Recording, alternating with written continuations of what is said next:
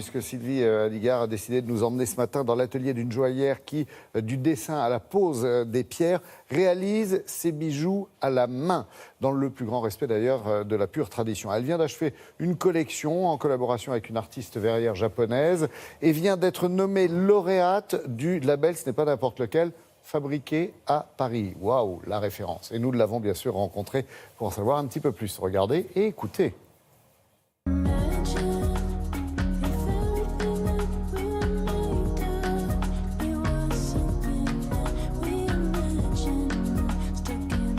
Bonjour Amélie. Bonjour Sylvie. Votre métier, c'est quoi exactement?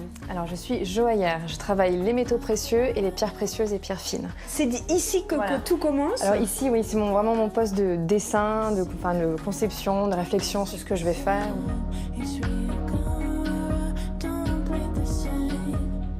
Je m'inspire de beaucoup de choses, vraiment ça peut être assez éclectique. Et en fait c'est d'en prendre vraiment l'essence et arriver à la concentrer dans mon bijou. Donc là je vois une citation de l'architecte Zahadid, très formelle justement. Exactement, et c'est vrai que je pense mon bijou comme ça, je le vois vraiment comme en globalité. Même si on le met d'un côté comme de l'autre, il faut vraiment que toute la forme soit harmonieuse. Il y a là, ensuite il y a là qui est un poste très important. C'est l'établi, donc c'est là où en fait je vais créer mes bijoux. Donc je les façonne moi-même et en fait j'utilise une seule technique, la maquette cire. Bon, déjà rien comme ça, on a envie de le porter.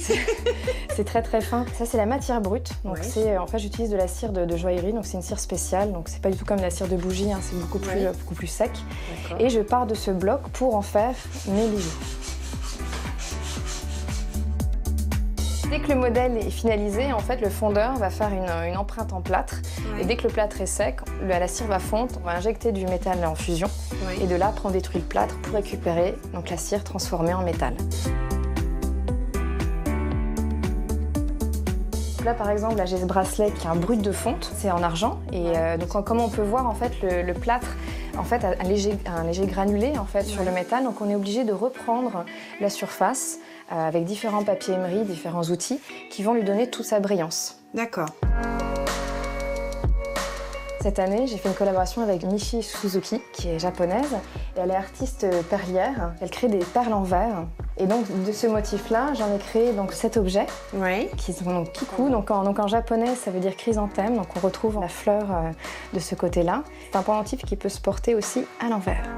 Et là, il y a des Et là, voilà. Donc là, on peut voir en fait un rubis, des saphirs en dégradé rose. Et là, donc la monture est en or rose.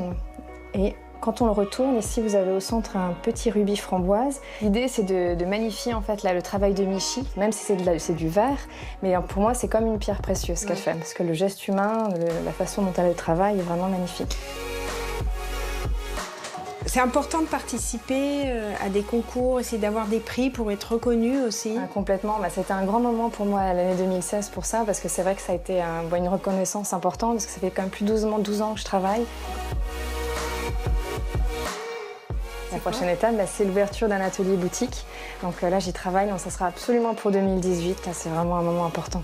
C'est vraiment mon Graal. Bon, on viendra vous voir. J'espère bien. Merci.